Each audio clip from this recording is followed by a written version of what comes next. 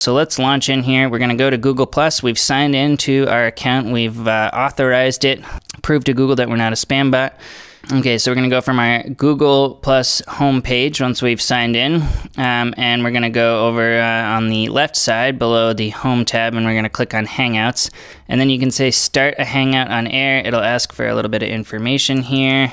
Here it is, my Google Plus demo. I'm going to click Start, and that'll launch me into the Control tab for my Google Plus Hangout on Air. So we are going to start by setting up our audio and camera settings. So I went through some of the options you have now. They will all show up under this drop-down menu, and then any kind of USB input devices will show up here. Often it'll just say USB audio codec. I'm going to save these settings where it says adjust bandwidth use. So let's bring this slider all the way up. Of course, the more bandwidth you have, the better this is going to look. And at this point, if we want to go onto YouTube, we are going to click Start Broadcast, and it's going to tell me that I'm ready to go live. I'm going to click OK, and it's going to prep to take us onto YouTube. At this point, the first thing you can do is use the screen share function. Now, you can do this in a tutorial fashion if you wanted to bring up other applications. If I wanted to go back and show how to work out install the Google plugin, click screen share, and then I pick the application that I've got open on my laptop that I want to show people and press start screen share. It's going to take me to that application, and I could show you how to download this plugin. In this case, it's one click, so we'll leave it at that. If I wanted to bring up my PowerPoint presentation and hit start screen share, it's going to switch me over to the application that I'm using for it. And you could actually start to show people on your video your presentation in a much more dynamic way, where you're switching back and forth between the images and your video. And at any point, you can go back to your Google Hangout tab and press stop on your screen sharing, and it's going to switch back to your camera here. Moving down the list of the Google options here, we're just going to touch on a few more, although all of these have some really cool potential to them.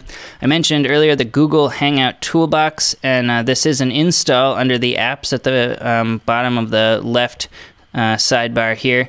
So if you have not installed that yet, it's a quick install, and it gives you a lot more options. You can see here, it's put up the Google style lower third with my name and the BCTV logo that I picked. We're seeing it in reverse because it's actually putting this up on the screen as a mirror image, so that if I want to make any hand gestures here, it's more like a mirror, which is something you're more familiar with if you're monitoring your own video feed.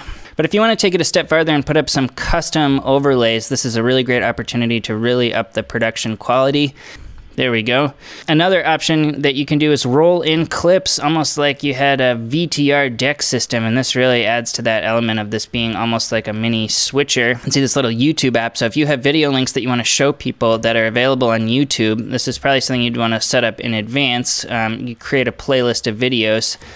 This is BCTV. But if I wanted to show you a little bit about BCTV and what we were up to in the last year, I could pull up our most recent highlight reel. So you really have all sorts of different elements of a live switcher here, cutting to your PowerPoint presentation, cutting to other applications on your computer to really show people with a tutorial, using the toolbox to add things like graphics, using your settings to even switch back and forth between camera sources. If you wanted to use your webcam on you and a secondary webcam, USB webcam to get audience or a second presenter, you could actually be live switching back and forth between these cameras as you were talking. Just some of the really exciting options. And at the end of it all, we're going to hit stop broadcast, and this is going to go up as an HD video available on our YouTube channel. So let's do that, and then we'll have the link ready for everybody to watch. So thanks for joining me. Hope this was helpful.